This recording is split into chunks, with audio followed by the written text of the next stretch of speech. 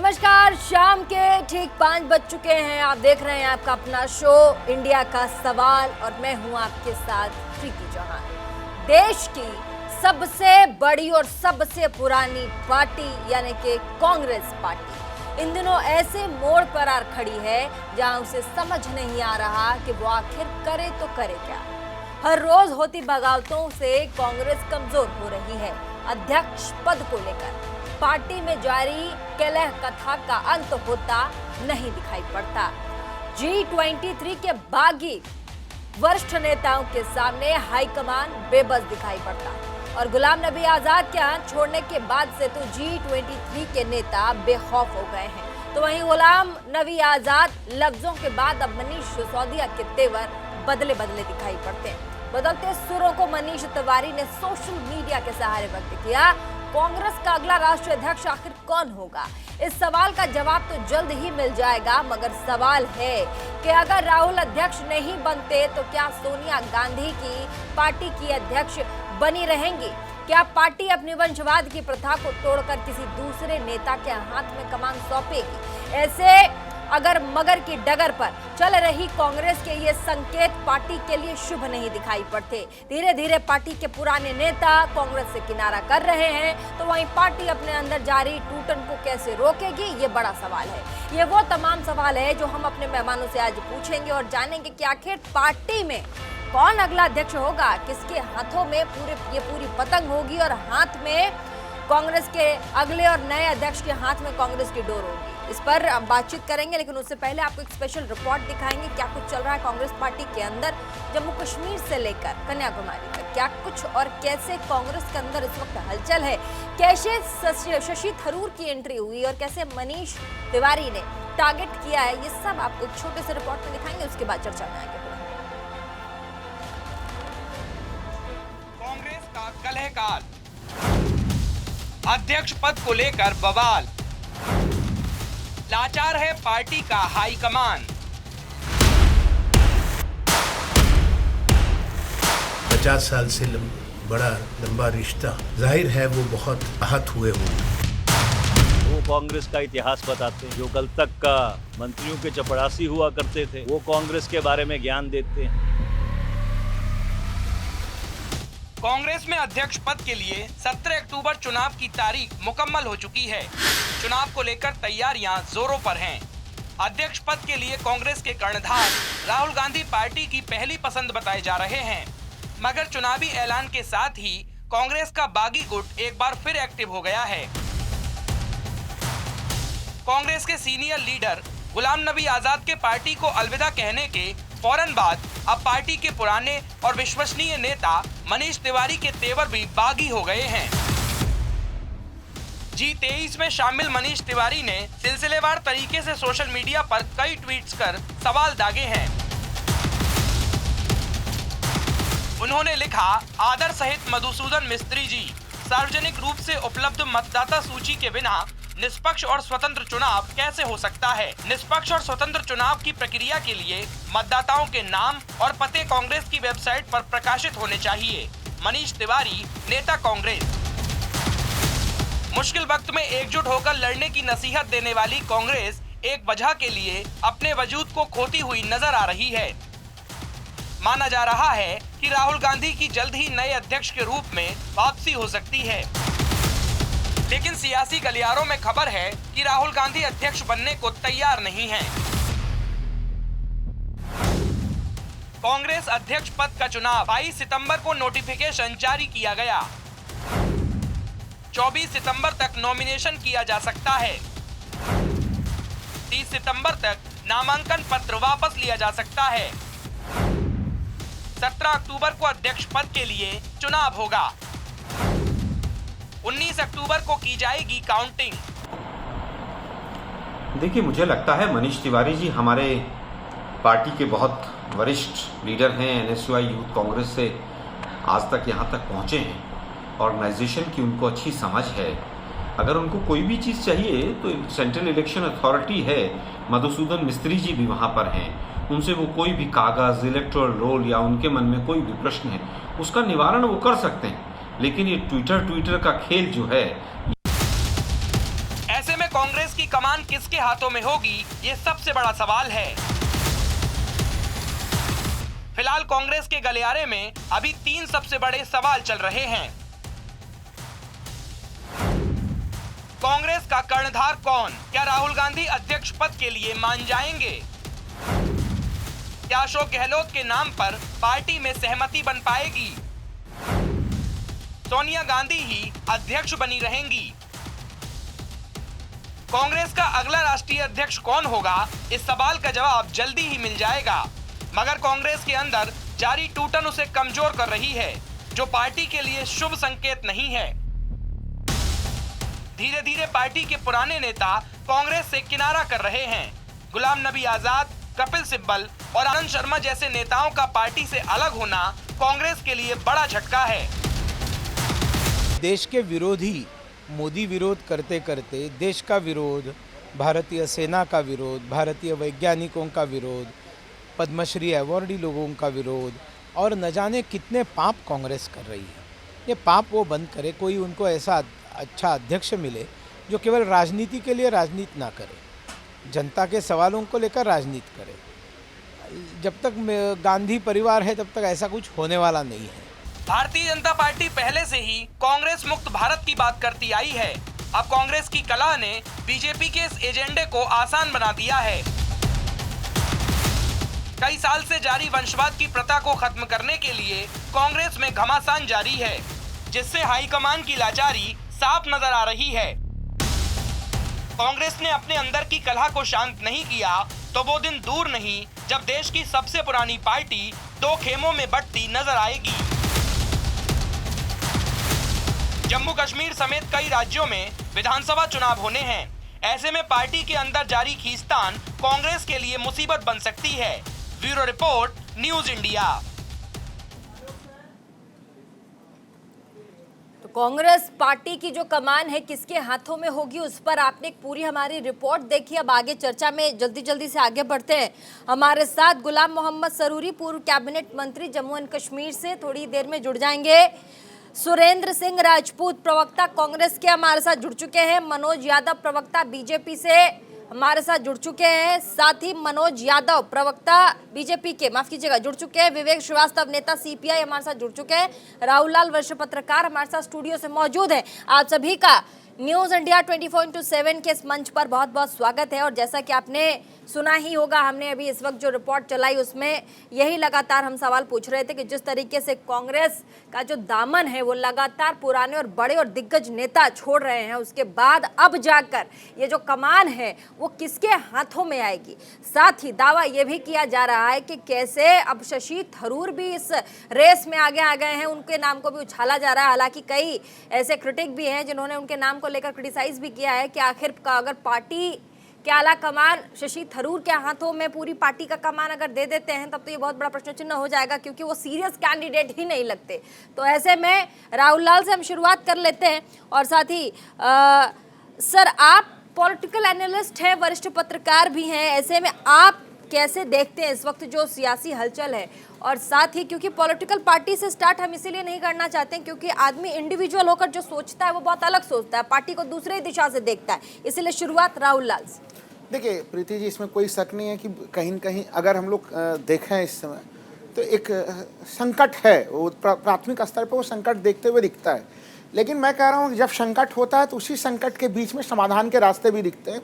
और कांग्रेस पार्टी, अब आप यहाँ से दिखेगा कि जिस समय हम लोग कह रहे हैं कि भाई गुलाम नबी आज़ाद ने इस्तीफा दे दिया, तो इस प्रकार के लोग जो कि लगातार लंबे समय तक सत्ता तंत्र में रहे, मैं तो कहूँगा कि आंदोलनजीवी शब्द एक तरह से प्रधानमंत्री जी ने लोकसभा के भीतर दिया था। कुछ लोग सत्ताजीवी हैं, तो जो G23 के कई सारे लोग हैं तो धीरे धीरे हटते चले जा रहे हैं, निकलते चले जा रहे हैं। ये लोग जब तक कांग्रेस जो सत्ता में रही, उन्होंने सत्ता का पूरा भरपूर आनंद लिया।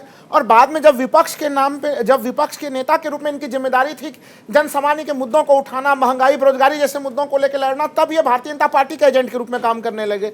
तो वो लोग जैसे जैसे छोड़ते चले जा रहे हैं वैसे वैसे कांग्रेस की स्थिति मजबूत हो रही है। देखिए अब 2 बड़े मामले शशि थरूर जी को लेकर, देखिए शशि थरूर जी के जिस लेख को लेकर जो मलयालम, राहुल लाल आपने कहा, एक सेकंड, आपने कहा कि जब आदमी के पास कोई पॉलिटिकल एजेंडा आ जाता है और साथ ही उनको लगता है कि अब भाजपा जैसी बड़ी पार्टी का साथ उनको मिल जाए और अपनी चीज़ों को वो साधने लगते हैं, तो फिर पार्टी से वो अलग होकर अपनी चीज़ों को देखने लग जाते हैं।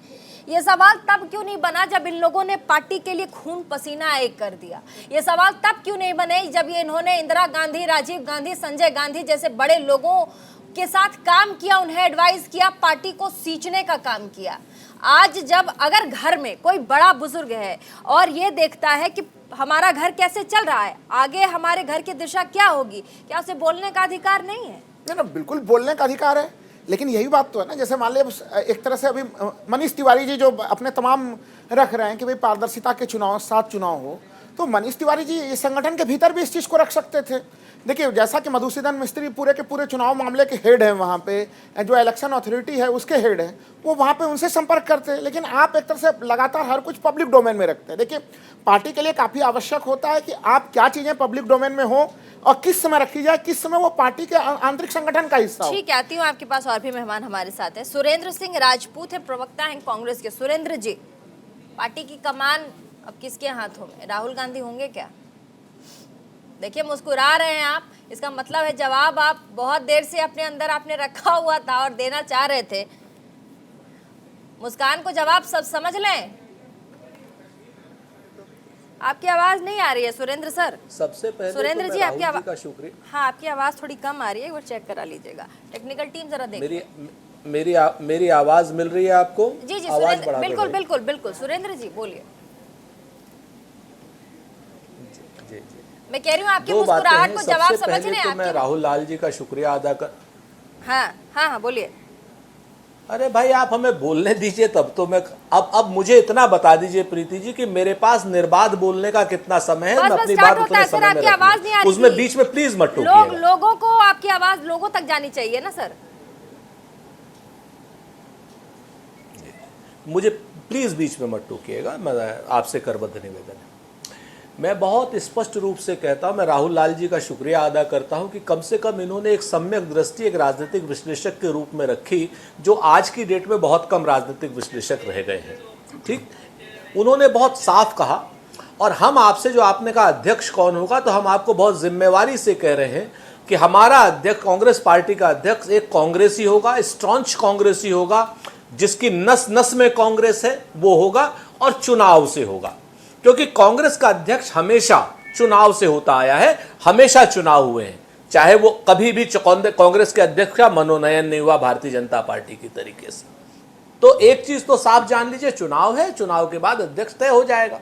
दूसरी बात जो आपने कही, राहुल गांधी जी, सोनिया गांधी जी या गांधी परिवार, तो गांधी परिवार हमारी सीमेंटिंग फोर्स है, इसमें कहीं कोई दो राय नहीं। वो हमारी चुंबकीय शक्ति है, इसमें भी हमें कोई वो नहीं। परिवार हमारा हमारे साथ है और हम उस परिवार की बेदाग जो है बेहताशा उसकी इज्जत करते हैं और आगे भी करते रहेंगे। तो निश्चित तौर पर गांधी परिवार, हम तो चाहते हैं राहुल गांधी जी अध्यक्ष हों, लेकिन ये राहुल गांधी जी को तय करना है कि वो चुनाव लड़ना चाहते हैं या नहीं लड़ना चाहते, वो अध्यक्ष होना चाहते हैं या नहीं होना चाहते। आपने शशि थरूर साहब की बात कही, तो जितने भी एलिजिबल 9000 हमारे एआईसीसी के जो डेलीगेट्स हैं पूरे देश में, उनमें से कोई भी आदमी खड़ा हो सकता है, सबको स्वतंत्रता है चुनाव लड़ने की, और जो चुनाव में 9000 डेलीगेट्स में से सबसे ज्यादा वोट पाएगा वो अध्यक्ष होगा, इसमें तो कहीं कोई दो राय नहीं। तीसरी बात जो आपने अभी राहुल लाल जी से भी कही कि साहब इन लोगों ने तो उस वक्त तक काम किया, सब लोगों जो आज की डेट में छोड़ के जा रहे हैं, तो मैं आपको जिम्मेवारी से कहता हूं कि सत्ता के समय, चाहे वो गुलाम नबी साहब हो, चाहे अन्य कोई भी नेता हो, इन सब लोगों ने सत्ता के समय पर पूरे तरीके से श्री राहुल गांधी जी के नेतृत्व को माना, श्रीमती सोनिया गांधी जी के नेतृत्व को माना, और सारे नेतृत्वों को माना। जब लोकसभा के राज्यसभा के लीडर ऑफ अपोजिशन बने, तब उन्होंने राहुल जी को सबसे बड़ा नेता कहा, आदरणीय गुलाम नबी साहब ने। आज चूंकि हमारे पास एक मकान नहीं है, एक दुकान नहीं है और एक राज्यसभा नहीं है, तो इस क्रूशियल जंक्शन पर जिस वक्त पूरी कांग्रेस सांप्रदायिकता से लड़ने के लिए भारत जोड़ो यात्रा की बात कर रही है, देश में महंगाई के खिलाफ लड़ना चाहती है, देश में बेरोजगारी के खिलाफ लड़ना चाहती है, तो कुछ नेता किसी विस्कस एजेंडे पर रह करके हमारे खिलाफ इस्तेमाल हो रहे हैं। हमारा उन नेताओं से भी कहना है कि आपका योगदान रहा है कांग्रेस में, लेकिन कांग्रेस ने आपको क्या क्या दिया है यह भी तो याद रखिए ना जरा। 47 साल तक, 42 साल, जिस मतलब 47 साल की आपकी पॉलिटिक्स में 42 साल तक आपको संसद, विधानसभा और राज्यसभा के अंदर रखा, और आज आप ये बात कह रहे हैं कि कांग्रेस ने हमें दिया क्या? आज आप ये बात कह रहे हैं हमारी नहीं सुनी जाती। मुझे तो याद नहीं है प्रीति जी कि कब से गुलाम नबी साहब सीडब्ल्यूसी के मेंबर हैं, और सीडब्ल्यूसी एक हमारी ऐसी एपेक्स बॉडी है जहां पर सारी बातें खुल करके रखी जाती है, खुल के चर्चा होती है और खुल करके निर्णय होते हैं। ठीक है, तो मैं एक निर्णय में भी श्री गुलाम नबी आजाद साहब या G23 मैं आती हूँ आपके पास आती हूँ। मनोज यादव हैं, भाजपा के प्रवक्ता हैं। आपने सुरेंद्र जी को भी सुना, आपने राहुल लाल जी को भी सुना, मनोज जी, और आप मुस्कुरा भी रहे हैं। जवाब भी दे ही दीजिए। अब मैं सवाल क्या ही पूछूं आपसे। देखिए, इतना जो मुस्कुरा रहे हो, क्या गम है कि तुम छुपा रहे हो? ये सुरेंद्र राजपूत जी बड़ा मुस्कुरा रहे थे, लेकिन क्या करें, इनके लिए भी बड़ी चुनौती भरा काम है, मतलब कांग्रेस पार्टी का पक्ष रखना, राहुल गांधी जी का पक्ष रखना। तो साधुवाद है सुरेंद्र राजपूत जी को बहुत बहुत, ये हिम्मत की बात है। लेकिन जिस तरह से जो विश्लेषण किया गया, जैसे राहुल लाल जी ने विश्लेषण किया कि ये सत्ताजीवी है, सत्ता छोड़ करके जा रहे हैं, शायद राहुल लाल जी को याद नहीं होगा कि जब जब कांग्रेस में अभी से ऐसा नहीं हुआ है, एक परिवार से खिन्न होकर के, क्या राजगोपालाचारी जी, क्या चरण सिंह जी, क्या आपके कांग्रेस आई, कांग्रेस ओ, क्या आपके टीएमसी अलग हुई, ममता जी अलग हुई, अर्जुन सिंह जी अलग हुए, शरद पवार जी अलग हुए, एक लंबी फहरिस्त है। ऐसा नहीं है कि कांग्रेस अक्सर टूटती रही है, कांग्रेस का एक इतिहास रहा है। और अभी जो पीड़ा है सबके सामने, वो पीड़ा केवल एक पीड़ा है। गुलाम नबी आजाद जी ने कहा, ये बोल रहे हैं कि सबकी बात सुनी जाती है, वो बोल रहे हैं कि चाटुकार, पीए और सुरक्षा कर्मी को कांग्रेस पार्टी को चला। ये मैं नहीं बोल रहा हूं, ये इन्हीं के पार्टी के बड़े बड़े नेता बोल रहे हैं। और ये इससे हमें देखना चाहिए, ये आत्ममंथन नहीं कर रहे, वो कह रहे हैं कि अखिल भारतीय जो कांग्रेस पार्टी थी वो टुकड़े टुकड़े कांग्रेस हो गई है, क्योंकि टुकड़े टुकड़े का नारा लगाने वाले जेएनयू में जो कन्हैया जैसे लोग थे उनकी पार्टी में आ गए, उनकी पार्टी में। आपके गृह मंत्री तो स्वीकार ही नहीं किया अब तक मनोज जी। देखिए राहुल जी, टुकड़ा कोई चीज है?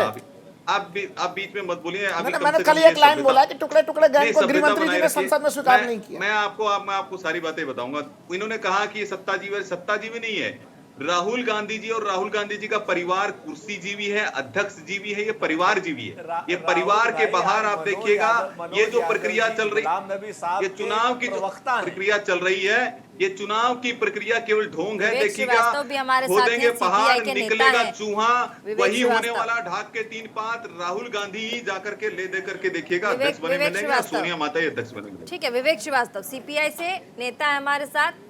विवेक जी, आपको मेरी आवाज आ रही है विवेक जी?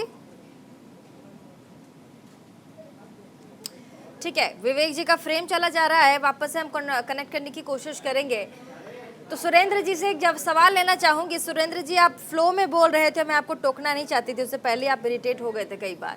मेरा सवाल आपसे ये है कि जब मेरी बात हो रही थी गुलाम साहब से, तो उन्होंने कहा, मैंने खुद उनसे पूछा कि पार्टी में सर इतना लंबा समय रहे आप, अभी ये लास्ट के टाइम में आपने रिज़ाइन किया, पार्टी का साथ छोड़ा, तो उन्होंने कहा लास्ट टाइम नहीं, मैं बहुत पहले से ही मेरे अंदर ये चीज़ें चल रही थी, लेकिन क्योंकि पार्टी को मैंने अपने खून से सींचा है, तो जब अति हो गई तब मैंने ये किया है। क्या कहेंगे सर?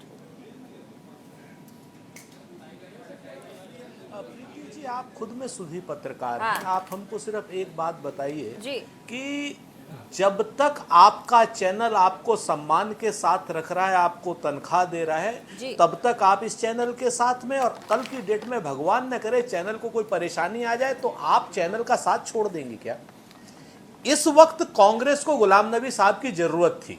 हाँ। जब कांग्रेस सत्ता में थी, उस ड्यूरेशन में गुलाम नबी आजाद साहब को सीडब्ल्यूसी मेंबर रखा, 5 बार राज्यसभा दी, 2 बार लोकसभा दी, वो भी जम्मू कश्मीर से नहीं, महाराष्ट्र से चुनाव लड़ा करके जम्मू कश्मीर का मुख्यमंत्री बनाया, सीडब्ल्यूसी के परमानेंट मेंबर रहे। जब तक सत्ता थी तब तक गुलाम नबी आजाद साहब को कोई शिकायत नहीं थी। 2014 में जब सत्ता गई तो लीडर ऑफ अपोजिशन राज्यसभा का बनाया, यानी कैबिनेट मिनिस्टर का दर्जा फिर से। जब 2017 में उनकी राज्यसभा चली गई, उसके बाद ही सवाल क्यों खड़े होने शुरू हो गए? मेरा गुलाम नबी साहब से, मैं गुलाम नबी साहब की बहुत इज्जत करता था, लेकिन इस ड्यूरेशन में जो उन्होंने अपना रंग दिखाया है कि दिल्ली में एक मकान चाहिए, एक राज्यसभा चाहिए, उनकी जो समस्या है उस समस्या का हमारे पास निदान नहीं है, क्योंकि हमारे पास राज्यसभा नहीं है। इस वक्त हम तो ये कहते हैं कि आज की डेट में कांग्रेस हमारी माँ है, वो कमजोर है, तो बच्चे सेवा करेंगे ना उसकी। सुरेंद्र जी, गुलाम आज हम विपक्ष में हैं, राज्यसभा नहीं दे सकते। राज्यसभा की सीट से तोल देना बहुत छोटी बात है सर, माफ कीजिएगा, लेकिन बहुत छोटी बात है कि घर के लिए और राज्यसभा की सीट के लिए गुलाम नबी आजाद साहब को तोल देना, मुझको ऐसा ये बहुत छोटी बात लगती है सर। नहीं नहीं, सरूरी साहब भी हमारे साथ है, मैं आपके पास आती हूँ सर, लेकिन वो अभी जुड़े नहीं थे।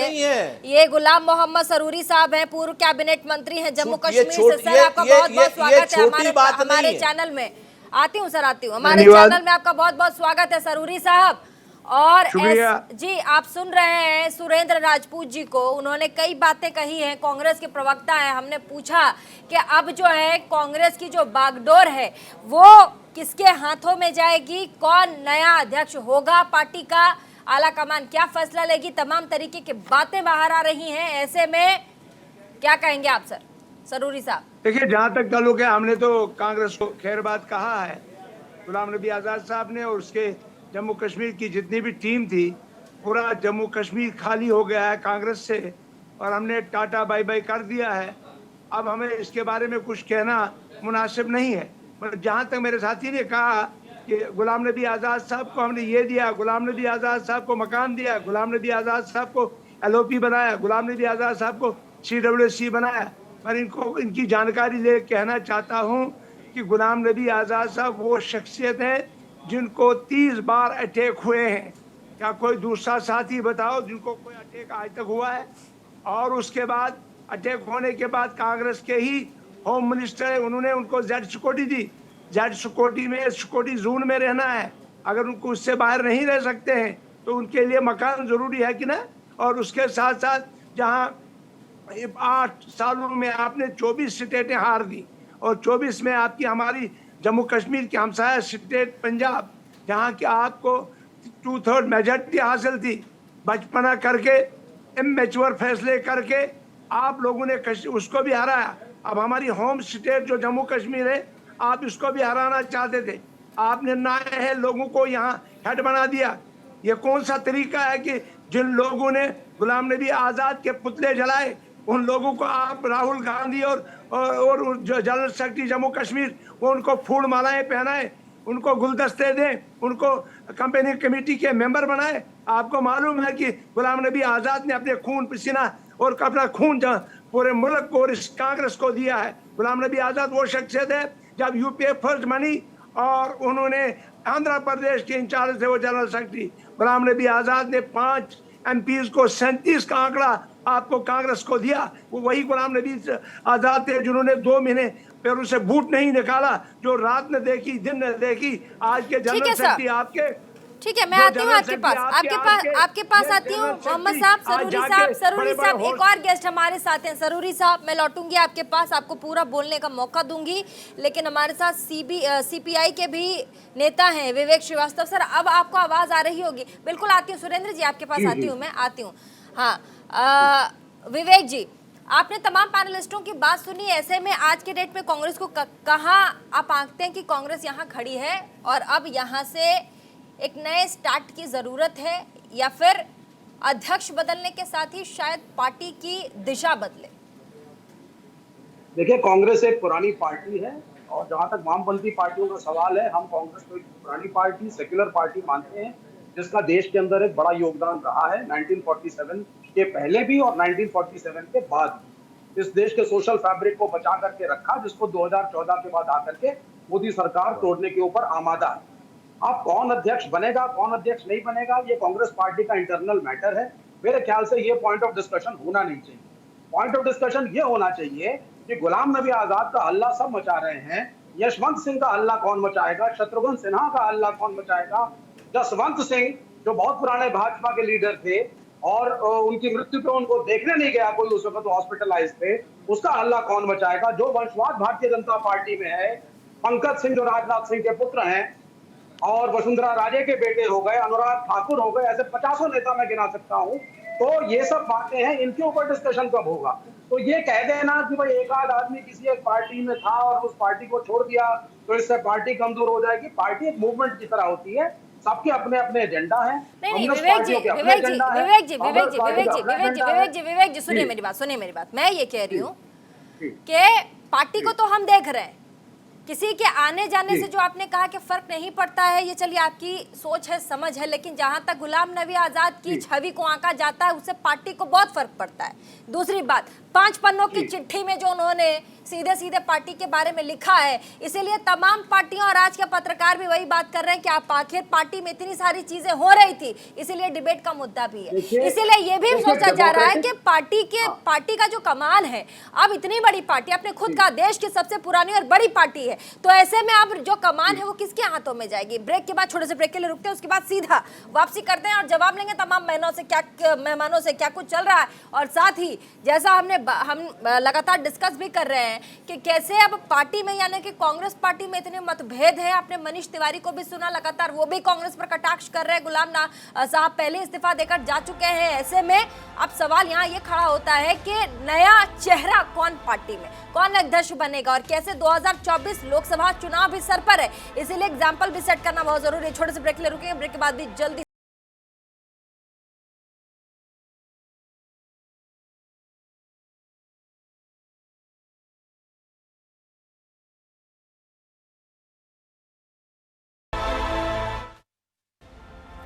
ब्रेक के बाद एक बार फिर से आप सभी का बहुत बहुत स्वागत है इंडिया के सवाल में, और मैं हूं आपके साथ प्रीति चौहान। एक बार फिर से रुक कर लेते हैं, तमाम मेहमान जल्दी से रुक कर लेंगे। जीएम सरूरी जम्मू कश्मीर से, पूर्व कैबिनेट के मंत्री हमारे साथ जुड़े हुए हैं। सरूरी साहब, आपने अपनी बात रख दी, लेकिन साथ में हमने आपको कांग्रेस के जो प्रवक्ता हैं सुरेंद्र जी, उनकी बात भी आई सामने। उन्होंने कहा नाराज चल रहे हैं क्योंकि उन्हें राज्यसभा वापसी और साथ ही दिल्ली में उन्हें घर चाहिए, इसीलिए तमाम तरह की चीजें हुई हैं। क्या कहेंगे सर? देखिए, मैंने आपको इससे कबल ही बताया कि गुलाम नबी आज़ाद साहब को 30 बार अटैक हुए, और अटैक होने के बाद जिस वक्त कांग्रेस की सरकार सेंटर में थी 2014 से पहले, और पंजाब की हुकूमत जब उन्होंने बनाई, और वहाँ 30 अटैक हुए, जम्मू कश्मीर में अटैक हुए और भी जगहों पे, और उसके साथ साथ उनके बॉडीगार्ड भी उसमें मुलव्वस निकले। हाँ। जहाँ पे तक है कि उस वजह से होम मिनिस्टर ऑफ इंडिया जो कांग्रेस पार्टी के थे उस वक्त इनको जेड सिक्योरिटी देने के बाद उनको कहा गया, गवर्नमेंट को कहा गया, एडमिनिस्ट्रेशन को कहा गया कि इनको सिक्योरिटी जोन में रखा जाएगा, और आज वो वहाँ से उठ के कहाँ दूसरी जगह जा सकते हैं। जब इन्होंने ऑर्डर निकाला, होम मिनिस्टर ने ऑर्डर निकाला, Z plus security, ex chief minister वो हैं, तो लिहाजा उसमें तो चारा नहीं। मगर जहाँ तक ताल्लुक है, इन्होंने कहा कि हमने बड़ा कुछ आज़ाद साहब को दिया। जब आज़ाद साहब में अधूरा रहा, जब आंध्र प्रदेश में आज़ाद साहब ने एज ए सेक्रेटरी वहाँ पे AICC के, तो उन्होंने वहाँ पे 5 MP थे कांग्रेस पार्टी के, 5 के 37 जिता के आए 42 में, और अगर वो 37 नहीं जीतते तो UPA फोर्स नहीं बनती, वो गुलाम नबी आज़ाद साहब की वजह से बनी। और उसके साथ साथ जो उन जम्मू कश्मीर में आए, यहाँ चीफ मिनिस्टर बने, और जब चीफ मिनिस्टर यहाँ पे बने उन्होंने इलेक्शन यहाँ पे लड़ा। इलेक्शन लड़ने के बाद जो 27 साल के बाद जो 6 सीटें टोटल जम्मू कश्मीर में MLA की थी, उनको आंध्र प्रदेश में बड़े 30 तक पहुंचाया उन्होंने, और फिर वो तब तो फिर विपक्ष के रूप में 2014 के बाद भी तो वही पारी खेलनी चाहिए थी ना। रात दिन काम जब आपके पक्ष में हवा चल रही थी तब तो वो बड़े अच्छे से कांग्रेस में रहे। आप कहें कि आंध्र प्रदेश में लॉजिक होता है, जब उन्होंने प्रपोजल दिया था, बड़ी अच्छी बात है, उनके ऊपर 30 अटैक हुआ था। सरूरी जी, आपको ये नहीं भूलना चाहिए कि गांधी परिवार में भी 2 लोग शहीद हुए हैं। तब जाके लॉजिक के मुताबिक देश के लिए आप जो चीज उन्होंने की, उन चीजों की प्राप्ति हुई है उन्हें, जो वो चाहेंगे वो चुनौती तो अभी थी ना ससूरी जी उनके लिए। अगर आप में ये क्षमता थी कि आप अपने क्षमताओं के कारण आप कांग्रेस का विस्तार कर पाते थे, अगर UPA 2 में आपने विस्तार किया, तो फिर 2014 के बाद वो शक्ति आपने क्यों नहीं लगाई? 2014 के बाद आप भारतीय जनता पार्टी के बाद कैसे लगा रहे हैं?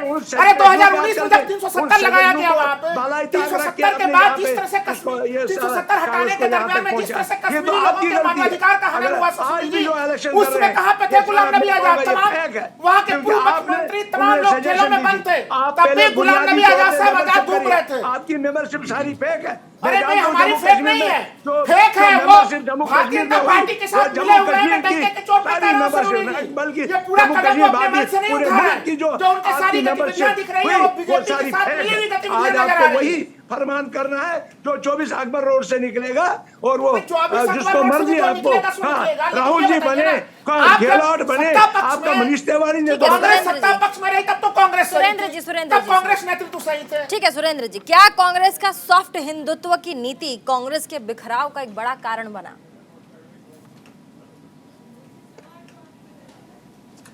देखिए 3-4 चीज़ें हैं। अभी जो जम्मू कश्मीर के साबका मिनिस्टर साहब हैं, उन्होंने कहा 30 अटैक हुए।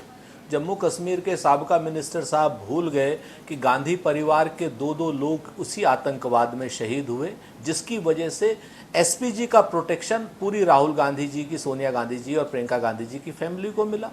लेकिन प्रियंका गांधी जी की फैमिली से तो वो कवर हटा लिया, राहुल जी से वो कवर हटा लिया इस वक्त। ऐसी तो बात नहीं है। तो थ्रेट जिस वक्त थी उस वक्त दिया। अब आज की डेट में प्रियंका गांधी जी तो गुड़गांव में रह रही, तो गुलाम नबी साहब को इस समय Priyanka Gandhi ji leader of opposition तो नहीं थी ना, कि अभी कह रहे गुलाम नबी आजाद दो मिनट सर, मैं आपके अरे मिनिस्टर साहब, मैं आपके बीच में नहीं बोला। आप तो एक अच्छी जगह से अखलाकी आदमी हो, ठीक है। आज आप कांग्रेस में नहीं हो, लेकिन हमारे साथ परसों तक तो थे। आज नहीं हो कांग्रेस में, कोई बात नहीं, आप अखलाकी आदमी हो, आप हमारे साथ ही रहे हो। आप सुन तो लो ये प्रीति, ये मतलब सुन तो ले, ये तो बड़े सीनियर इंसान है, हम तो बड़ी इज्जत करते हैं इनके। ठीक है, हमारे रास्ते अलग हैं तो कोई दिक्कत नहीं है, हमें कल फिर आ जाएंगे हमारे पास में, जब हमारे पास सत्ता आ जाएगी सब आ जाएंगे। ठीक है, आप इंतजार कर रहे हैं सुरेंद्र राजपूत जी? चलो ठीक है सुरेंद्र राजपूत जी, आप इंतजार कर रहे हैं, कि वापस आए?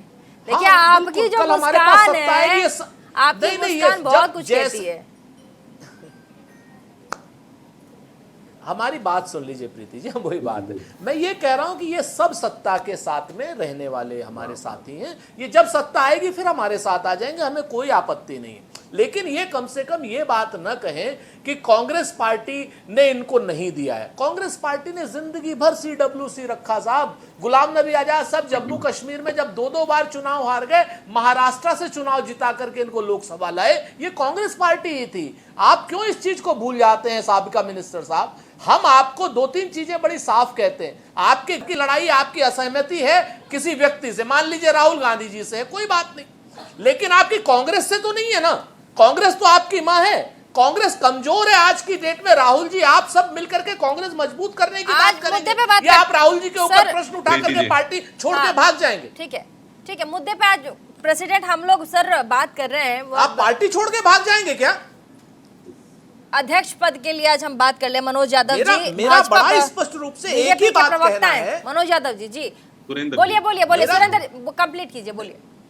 अरे भाई मनोज जी बोलिए, पहले हाँ बोलिए। बड़ा साफ सी बात है, आज की डेट में हम विरोध पक्ष में हैं, हम कांग्रेस में सत्ता में नहीं हैं। सत्ता की बात भी कर रहे हैं, हम सांप्रदायिकता से लड़ने की बात कर रहे हैं, जिस लड़ाई को गुलाम नबी आजाद साहब भी हमारे साथ लड़ते थे।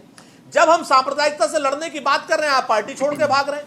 जब हम महंगाई से लड़ने की बात कर रहे हैं, आप पार्टी छोड़ के भाग रहे हैं। जब हम बेरोजगारी से लड़ने की बात कर रहे हैं, तब आप पार्टी छोड़ के जा रहे हैं। जब हम भारत जोड़ो की बात कर रहे हैं, आपकी लड़ाई हो सकती है, आपके मतभेद हो सकते हैं हमारे नेताओं से, लेकिन कांग्रेस तो आपकी मां है। अगर कांग्रेस आपकी मां है तो आप छोड़ के अपनी मां को क्यों जा रहे हैं? ये गुलाम नबी साहब के जो गुलाम नबी साहब ने परसों स्टेटमेंट दिया था सुरेंद्र जी के घर के लोगों ने हमें निकाला है, हमने घर नहीं छोड़ा है। चलिए ठीक है, मनोज यादव जी प्रवक्ता है भाजपा के, हाथ उठा रहे, कुछ कहना चाह रहे हैं? आती हूँ सुरेंद्र जी, आती हूँ। उन्होंने पार्टी छोड़ी है, हमने उन्हें नहीं निकाला।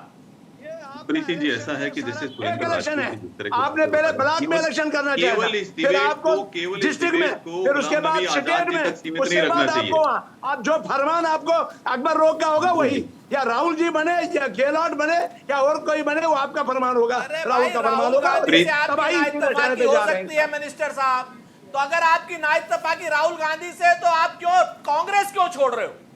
ये बताओ ना। आप शर्म नहीं आती आपको ये बात कहते हुए? तो जो राहुल गांधी के पास रखा है और आज बीजेपी नहीं, वाले खुश हैं। जब गुलाम नबी के पास में था तब यही रिपोर्ट गुलाम नबी के पास में था, लोग आरोप लगाते थे भाग ले ले। गुलाम नबी हमारी किचन कैबिनेट में थे। मनोज यादव कुछ कहना चाह रहे हैं, थोड़ी देर के लिए उन्हें भी समय दे देते हैं। मनोज यादव जी बहुत देर से कुछ कहना चाह रहे हैं। मनोज यादव नहीं, मनोज जी भारतीय जनता पार्टी के सम्मानित प्रवक्ता हैं, वो गुलाम नबी साहब। अच्छा कुछ कहने दीजिए, ठीक है कुछ कहने दीजिए। ऐसा है कि विषय ये नहीं केवल गुलाम नबी आजाद विषय नहीं है, विषय ये नहीं है एक व्यक्ति विशेष के ऊपर इस डिबेट को केंद्रित नहीं करना चाहिए। देखिए, डिबेट को केंद्रित करना चाहिए कि सवाल कहां उठ रहा है। सवाल उठ रहा है योग्यता पर, क्षमता पर, कुशल जो नेतृत्व करता है राहुल गांधी जी की लीडरशिप के ऊपर, कि हमको वो लीडरशिप नहीं चाहिए। ये बोल रहे हैं कि कांग्रेस पार्टी मां है। अरे कांग्रेस पार्टी को तो अपनी मतलब क्या बोलूं मैं, वो शब्द का इस्तेमाल नहीं करना चाह रहा हूं, उसको तो अपने एक परिवार तक बपोती बन गई है परिवार की। और जिस तरह से घराना पॉलिटिक्स और परिवारवादी पॉलिटिक्स वाले लोग बड़ी बड़ी जो प्राइवेट लिमिटेड कंपनियां चलाते हैं, परिवारवादी पॉलिटिक्स चलाने वाले, अरे श्रीवास्तव जी ये प्राइवेट लिमिटेड कंपनियां है, ये प्राइवेट लिमिटेड कंपनियां है। एक घराने का इनके ऊपर कब्जा है। श्यामा प्रसाद मुखर्जी जी ने शहादत दी थी, क्या श्यामा प्रसाद मुखर्जी के परिवार का पार्टी पर कब्जा रहा? तो ये गुलाम नबी आजाद हो, जतिन प्रसाद हो, प्रियंका चतुर्वेदी हो, ये सारे नाम ले रहे हैं। भाई अनुराग ठाकुर का भी नाम जोड़ दीजिए लिस्ट में। क्यों छोड़ करके जा रहे हैं? क्यों छोड़ करके जा रहे हैं? क्या भारतीय जनता पार्टी के क्या भारतीय जनता पार्टी की नीतियों पर आडवाणी जी के परिवार का कब्जा है क्या? श्यामा प्रसाद मुखर्जी के परिवार का कब्जा है क्या? दीनदयाल उपाध्याय जी के परिवार का कब्जा है क्या? नहीं है। लेकिन इन प्राइवेट लिमिटेड कंपनियों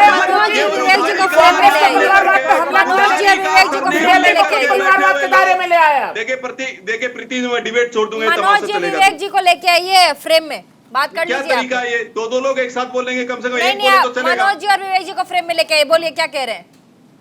देखिए ऐसा मेरा एक स्पष्ट मानना है कि घराना पॉलिटिक्स, देखिए मेरी बात सुनिए, आपका जवाब दे रहा हूँ। मेरा प्रश्न सुनिए भाई, तुम सत्ता पक्ष में हो, आपका फर्ज है कि आप मेरे प्रश्न सुने। अरे भाई साहब हम अपोजिशन से, तो आप उत्तर दीजिए। भाई साहब आप सुनाइए। सत्ता पक्ष में आप प्रश्नों के उत्तर से क्यों डरते हैं सर? अनुराग ठाकुर किसके पुत्र है? पंकज सिंह किसके पुत्र है? मैं सब जवाब दूंगा, आप सवाल और मैं ऐसे 50 और नाम आपको गिना दूंगा। तो क्या पक्षपात भारतीय जनता पार्टी में नहीं है? आपका हो गया सर, आपका हो गया हो तो मैं जवाब। दूसरी बात यशवंत सिन्हा सवाल पूछ रहे हैं कि आप सुना रहे हैं, वो भाजपा छोड़ करके नरेंद्र मोदी को चैलेंज करके प्रेसिडेंट का चुनाव भी लड़ गए, तब आपने कोई उंगली नहीं उठाई साहब। गुलाम नबी आजाद आपको बहुत बड़े नेता दिख रहे हैं। मैं आपका जवाब दूं क्या? जसवंत सिंह जब मरे तो कोई देखने नहीं गया भाजपा से। याद है आपको जसवंत सिंह कौन थे और कितने एक्सट्रीम नेता थे? अटल बिहारी वाजपेयी के टाइम पे आप ही की पार्टी के थे। अभी आपका हो गया सर। साहब किसके दामाद है? सर अभी किसके दामाद है? देखिए ऐसा अगर आपका हो गया हो तो मुझे बोलने दीजिए, आप शांत रहिएगा, बीच में वंशवाद की बात आप ना करें, मेरा कहना है आपसे।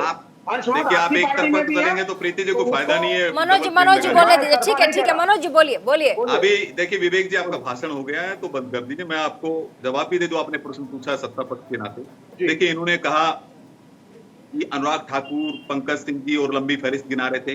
मुझे सिर्फ इतना बताइए कि क्या श्यामा प्रसाद मुखर्जी जी के परिवार का, दीनदयाल उपाध्याय जी के परिवार का, आडवाणी जी के परिवार का या राजनाथ जी के परिवार का कब्जा है क्या इस पार्टी के ऊपर? प्राइवेट लिमिटेड कंपनी है क्या? राहुल जी कुछ कहना चाह रहे हैं। राहुल जी कुछ कहना चाह रहे हैं। ये बताइए क्या तरीका है बीच में बोल रहे हैं? एक सेकंड मनोज जी, इनका कांग्रेस का एक संविधान है, उस संविधान के अनुसार कांग्रेस के अब तक के अध्यक्ष लोग चुने जाते रहे। अरे 1999 से परिवार की महिला रखी हुई है। अगर कांग्रेस के लोग 1999 से सोनिया गांधी को चुन रहे हैं, सोनिया गांधी गुलाम नबी आजाद को गाली देने की बजाय जो पप्पू बैठा है विदेश के अंदर, जो अयोग्य बच्चा है, जो बुद्धिमान जो राहुल गांधी है, उसको कम से कम राहुल गांधी बिल्कुल बुद्धिमान है। ये राहुल गांधी को बताते आप लॉकडाउन लगाए थे तब उन्होंने जो चीजें मत बनो, आपके नोटबंदी की क्या समस्या है देश को झेलनी पड़ी है वो पहले वो बता चुके थे। राहुल गांधी एक दूरदर्शी किस्म के नेता है। आप लोग खुद चाहते हैं कि हल्ला मचा मचा के शोर मचा मचा के उनकी छवि को खराब किया जाए और कांग्रेस राहुल गांधी से दूरी बना दे। ऐसा होने वाला नहीं है। कांग्रेस को डुबाएंगे। आपको बहुत शुभकामनाएं। राहुल गांधी का नेतृत्व आपको राहुल गांधी का अच्छे नेता है। 49 चुनावों में से केवल 3 चुनाव जीत पाए। ऐसे हार जीत कभी आप भी 2 सीटों पर थे मनोज जी, इतने बड़े केवल 2 सीटें थी आपकी। इतने आप भी अगर 2 से 3 इतने जीत योग्य पाए जो तो राजनीति में बार होता है, कभी हार होती है। ठीक है मनोज जी ठीक है मनोज जी से एक सवाल है, मनोज जी से एक सवाल है मेरा, मनोज जी मेरा सवाल है, मनोज जी बात सुन लीजिए, मनोज जी बात सुन लीजिए, मनोज जी एक बात सुन लीजिए, एक बात सुन लीजिए मनोज जी। अरे सुरेंद्र जी कब यहाँ आ जाएंगे आपको पता नहीं भी नहीं जाने वाला, लगेगा। मैं कह रहा हूँ, मैं जान रहा हूँ, वो नहीं जाने कब आ वाला है। जाएंगे? भले जितने भी डोरे डाल दीजिए सुरेंद्र जी के ऊपर, वो जमे हुए हैं वहाँ पे और लड़ाई लड़ रहे हैं देश के लोकतंत्र को बचाने की। आपको अध्यक्ष बनाने वाले हैं। सुरेंद्र जी हंस रहे हैं, मुस्कुरा रहे हैं। कितना सुरेंद्र जी कर लीजिए, सुरेंद्र जी कह रहे हैं मनोज जी कि पता नहीं सुरेंद्र जी कब इस तरफ आ जाएं। सर तैयारी है आपकी? सकता है कि भाई मनोज यादव को हम कब इस तरफ ले आए नहीं पता है, हो सकता है नरेंद्र मोदी जी को इस तरफ ले आए, या हो सकता है अमित शाह जी को ले आए। ये अभी छोड़ दीजिए इन सब बातों बंद को। कीजिए। देखिए मनोज जी आप मुद्दे देखना अरे मुद्दे की बात सुन लो, मुद्दे की बात सुन लो, मुद्दे की बात सुन लो। आपको भी जानता हूँ, सारे खानदान को जानता हूँ, हरियाणा के आपके पूरे खानदान को जानता हूँ कौन कहाँ है। रुक जाओ, मैं 2 कह मिनट रहा रुक हूं जाओ। कि आप मुंगेरी ऐसा लाल के है, हसीन सपना देखना आपको बंद मैं करो बताऊं, सुरेंद्र जी। जिनके वंश होगा ना, मैं तो आपके बीच में नहीं बोला मनोज जी, बताइए। जिनके वंश होगा वही अपने परिवार को आगे बढ़ाएंगे, जो निर्वंशे होंगे वो क्या अपने परिवार को आगे बढ़ाएंगे। तो ये नागपुर परिवार के जो संतरे हैं, इनसे वंश नहीं चलने वाला। आप समझ लो, शादियां किया करो, परिवार बनाया करो, परिवारवाद किया करो, अपने बच्चों को डॉक्टर का बच्चा डॉक्टर बनता नहीं, सवाल उठाते हो। जिनके लिए आप मेरी बात को सुनो, और जिनके जितने भी भाजपा में परिवार वाले हैं, शादी वाले हैं, सबके बच्चे राजनीति में, सबके बच्चे हैं। सुन लो, आडवाणी जी के भी बच्चे हैं, मुरली मनोहर जी के भी बच्चे हैं, सबके बीच में मत बोलो भाई, बीच में प्रीति जी ये गलत है। मैं सुरेंद्र जी को बोलने दीजिए, मनोज जी सुरेंद्र जी को परेशान हो माई जवाई यही है कांग्रेस। सुरेंद्र जी को बोलने दीजिए। मनोज जी मैं तो नहीं बोला ना आपके बीच में, बोल लीजिए सुरेंद्र जी। सुन लो, सुनने का धैर्य रखो ना। जब आपके वंश की बात आने लग गई परेशान हो जाते हो। आप मुझे सिर्फ एक बात बता दो, भारतीय जनता पार्टी का जन्म जब से हुआ है और आज तक एक अध्यक्ष का चुनाव हुआ हो तो बता दो, मैं आपको 20 अध्यक्षों के चुनाव बता दूं। भाजपा का एक अध्यक्ष का चुनाव हुआ हो, चैलेंज है आपको, चैलेंज है। अगर एक अध्यक्ष का आपने चुनाव किया हो तो सारे अध्यक्षों का आपके यहाँ तो नागपुर से एक बंद चिट्ठी आ जाती है, उसको अध्यक्ष बना देते हो। बगैर शादीशुदा आदमियों का परिवार है नागपुर, उससे आप अध्यक्ष रख लेते हो। जिनके परिवार है वो परिवारवाद करते हैं। सुरेंद्र जी पार्टी अध्यक्ष पद के अगर लिए है हिम्मत इनमें तो सुरेंद्र जी अच्छा मेरे सवाल का जवाब दे दीजिए। अच्छा मेरे सवाल का जवाब दे लीजिए ना सर, मेरे सवाल मैं पूछ रही हूँ सर। मनोज से एक सवाल का जवाब ले लो। प्रीति मैं आपके 20 सवाल का जवाब। भाजपा का एक अध्यक्ष अगर आज तक चुना गया हो तो बताएं। मेरा हाँ बोलिए। एक अध्यक्ष का चुनाव हुआ हो तो बताएं। अभी आपका हो गया भाषण। एक अध्यक्ष का चुनाव हुआ हो। जिन लोगों जो लोग एक परिवार के छोड़ो, चाटुकारिता से बाहर नहीं निकल पाते हैं, उनको दुनिया नहीं दिखाई देगी। भारतीय जनता पार्टी का राहुल लाल से मेरा सवाल है। आप लोग एक दूसरे पर राजनीतिक छींटाकशी कर रहे हैं। मेरा जो काम है सवाल पूछना है, सवाल को राहुल लाल अध्यक्ष का चुनाव राहुल लाल जनता पार्टी के राहुल लाल जी बता पाए कि चुनाव हुआ इनका। राहुल लाल जी ये बताइए ये अध्यक्ष पद के लिए नहीं ऐसे मत कीजिए सर, ऐसे नहीं सर, नहीं ऐसे नहीं। ठीक है मनोज एक सेकेंड, अरे मनोज एक सेकेंड, सुरेंद्र जी रुक जाइए। मैं सवाल पूछ लेती हूँ। ऐसे किसी को आवाज ही नहीं जाएगी। जो लोग देख रहे होंगे आप दोनों में किसी की आवाज नहीं जा रही होगी, वो समझ नहीं पाएंगे। हैसियत है, हौसला है तो बताओ। ठीक है मैं पूछ लेती हूँ राहुल लाल जी। अरे मनोज जी रुक जाइए, सुरेंद्र जी रुक जाइए, मुझको भी सवाल पूछ लेने दीजिए। मनोज जी एक सेकेंड, मुझको पूछ लेने दीजिए। मुझको भी सवाल पूछ लेने दीजिए, मुझको सवाल पूछ लेने दीजिए सर। ऐसे टाइम जाया हो रहा है, प्लीज ऐसे मत कीजिए, प्लीज इतनी बढ़िया झूठ की फैक्ट्री नहीं ऐसे मत कीजिए। राहुल लाल जी क्या अध्यक्ष पद के लिए कांग्रेस परिवार को परिवार के लोगों की तरफ देखने की जरूरत है या फिर अब वो समय आ गया है कि बाहर के जो लोग हैं उनको मौका दिया जाए? मेरा मानना है कि इसमें कांग्रेस जिस स्थिति में है, उन्हें अध्यक्ष पद को जरूर कांग्रेस परिवार के भीतर ही रखना चाहिए, क्योंकि देखिए उस परिवार की बड़ी जबरदस्त स्वीकार्यता है। गोंद के तरह उत्तर से दक्षिण, पूरब से पश्चिम, पूरे कांग्रेस पार्टी को जोड़ के रखती है। देखिए अभी हम लोग जब बात कर रहे हैं कि कांग्रेस संकट की स्थिति में है, मैं बता दूं कि 2014 के लोकसभा चुनाव में कांग्रेस को 10 करोड़ वोट मिले थे, बीजेपी को 17 करोड़। 2019 यानी कि जिस समय कांग्रेस का सबसे बुरा दौर था, उस समय भी कांग्रेस पार्टी की वोटों में वृद्धि हुई, 12 करोड़ वोट मिले थे। ठीक है, भारतीय जनता पार्टी को 22 करोड़ वोट मिले थे। तो एक तरह से कहीं कहीं जनता उसमें देखना चाहती है। अब ऐसे स्थिति में गांधी परिवार की बड़ी महत्वपूर्ण जिम्मेवारी है कि वो इस समय इस स्थिति में अध्यक्ष पद की जिम्मेवारी खुद अपने पास रखे। और मैं तो राहुल गांधी से कहूंगा कि उनको अध्यक्ष पद पे खुद अपने लेते रहना चाहिए। सत्तारूढ़ पार्टी के इन आरोपों को गंभीरता से लेने की कोई जरूरत नहीं है कि वंशवाद के आरोप लग रहे हैं। वंशवाद के आरोपों में खुद भारतीय जनता पार्टी खुद ही बहुत ज्यादा गहरी धंसी हुई है और वो कांग्रेस की उस बुराई को उसने ग्रहण कर लिया, कांग्रेस उससे मुक्त हो चुकी है। ठीक है सुरेंद्र जी, पार्टी को अध्यक्ष पद के लिए क्या बाहर दरवाजे के बाहर देखने की जरूरत है या दरवाजे के अंदर लोग हैं कैपेबल जिसको पार्टी की कमान दी जा सकती है? सुरेंद्र जी, कांग्रेस के अंदर तमाम लोग हैं जो कांग्रेस के अध्यक्ष बन सकते हैं। गांधी परिवार हमारी सीमेंटिंग फोर्स है और हम गांधी परिवार से चाहते हैं कि वो नेतृत्व स्वीकारे। जैसे राहुल लाल जी ने बड़ी अच्छी बात कही कि आज की डेट में स्वीकार्यता भी आवश्यक है और भारतीय जनता पार्टी वालों को तो वितंडावाद करना है। कोई अध्यक्ष अगर हमारा दूसरा कार्यकर्ता हो जाए कहेंगे साहब कठपुतली अध्यक्ष है। इनका तो ये कहना है। सच बात ये, मुझे ये बता दीजिए पिछले 8 साल से नरेंद्र मोदी जी और अमित शाह के अलावा कोई फैसला जेपी नड्डा की हैसियत है लेने की? जेपी नड्डा की कोई हैसियत है आज की डेट में? भारतीय जनता पार्टी में भी कोई वो फैसला ले सके है? तो नरेंद्र मोदी जी आंख उठा देते हैं, वही फैसला होता है। क्या बात करते हैं आप? परिवारों की अरे कोई पार्लियामेंट्री बोर्ड नहीं है।